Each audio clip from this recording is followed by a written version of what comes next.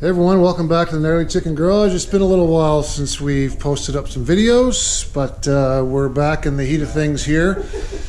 Just a little recap. We've working on a 150 KTM, done a bunch of things to that. Won't get into that right now. We've got a 19 Beta 300RR that is in need of some starter work. A few other odds and ends. Had the car out today and cleaned that up. We've got a 21 Husky 300 TE I, or TE300i, that we've put moose bibs on and a few other things. And also today we are working on a 2020, Colin? 2021 Husky 300 TX. And Colin, friend of ours, decided that he wanted to do some work with his air forks, and he went a little different direction than I did, which I'll talk about shortly, but he went with the Lucky inserts. So Colin and Chicken and I are assembling the Lucky inserts right now on Colin's stock forks, and there's some spacer bushings. It also comes with two different spring rates and some measurements, and we are in the middle, like I said, of inserting the new cartridge inserts from Lucky. So Colin's pretty excited about to see how this will work, eh bud? He didn't have great luck with his your air forks, eh Colin? That's the old cartridge. So tell everyone the problem with your air forks last year that you had in the limited time you had the bike. Air fork leak. Air fork leak? Yeah, as soon as from new. Yeah. And seal. You had air the seal. You had the dealer take it back in on warranty, you said? Correct. Well, we had to test it for a while and kind of play with it, and I had to convince them that that it was actually leaking.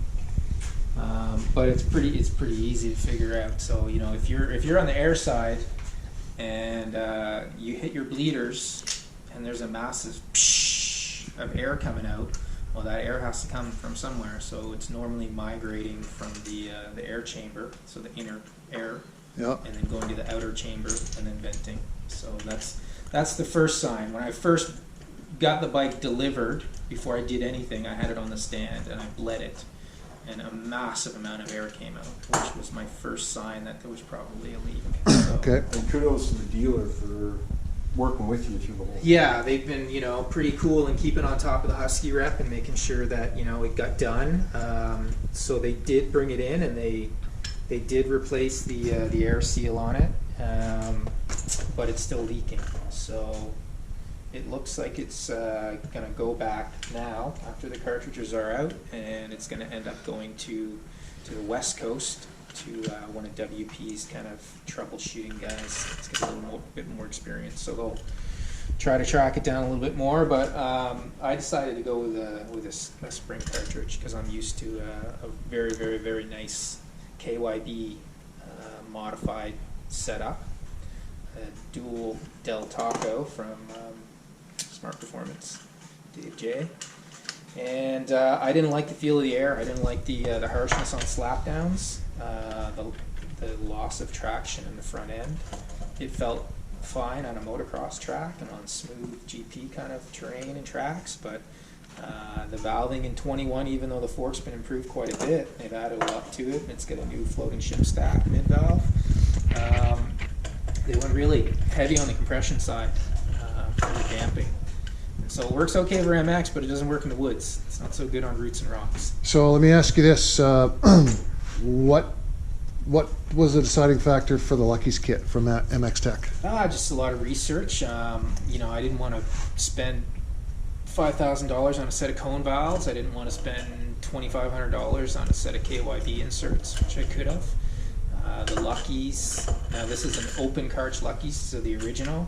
They also have a carbon closed cartridge, which they recommend for heavier guys or guys that are much, much faster, or supercross or motocross type stuff, or more fast GNCC style. They'd have to be pretty fast because you're pretty fast yourself. I go okay for an old guy. Yeah, you do. So yeah, I mean, we ended up going with these because I did a lot of research, and it seemed to be a good setup, a fairly simple setup. A lot of people compare the feel from this insert to a cone valve.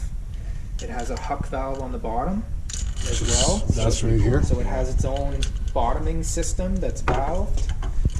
And your tuner is in Ohio or Indiana? Ohio, yeah. Ohio. Corey at ProTune. Corey at ProTune. So Corey valved this huck Correct. valve for you. Yeah, so both ends, so the top and the bottom, whereas if you got it from Slavens has one setting, his Yeah. setting, that's how they ship out. That's his proprietary settings. Correct. MXTech has one setting that they send out for off-road. And Corey rides and races a lot of the same stuff as, what we do. And people seem to be very happy with his Lucky setup. Is this your first Lucky's kit you're trying? Yeah. Yeah. Yeah. I've read really good reviews Yeah, on no, it. this is all new. This is we're here having a little install party, and Yeah. this is all new And- stuff. Yeah, speaking of which, so basically what I'm doing right now is basically I'm going through, I'm trying to get the exact amount of preload on the spring right now. So we're playing with the shims. So I'm measuring everything, put it in place, set it down, hand tight, check my preload. So basically right now I'm at 6 mil of preload. So I've changed the shim. This should be 5, hopefully. We should probably say spacers so they don't think that we're talking about. Yeah, and the kit shims. comes with all these Spacers, different yeah. plastic spacers Yeah. that you use. They're all different sizes that you Email use to get the correct someone. preload onto the spring. So that's what Chicken's doing right now. As you can see, there's 3 different sizes here, and he's measuring up top to get a preload amount. 5.2 is what we got right here. And we want to be between, what, 5 Let's see. and 6? Beautiful. Yeah, I mean, 5 is where we want to be 3? at. As close to 5 as we can. I'm not going to edit this video because just everything's inverted. So now 5 is just what Corey has, that's what the setup for me is. Well, and Slavin recommended anywhere from 5 to 8. So, Correct, yeah. but Corey's your tuner guy. So Yeah. now, And that's running a split spring setup as well too. So yeah. So the it's both splitting the rate. right. This spring and the spring for the other fork are 2 different rates. What'd you say? 4.2 and 4.6. 4.4, 4.6. Right. So 2 different spring rates. So So this is going to be really exciting because Chicken's got his bike. Not really sure yet exactly what he's getting, but stay tuned. I've got a 2021 Husky TX300 that I bought about a month or so ago, and my forks are coming back today to the dealership, front and rear. I had done, and I went a different route than Colin. I went with an Olin's insert kit from a tuner in Montreal. So basically it's the same bike. Colin's is a TX, and my bike's a TE, and this is another TE right here. A few different differences, changes between the bikes. I won't get into it right now.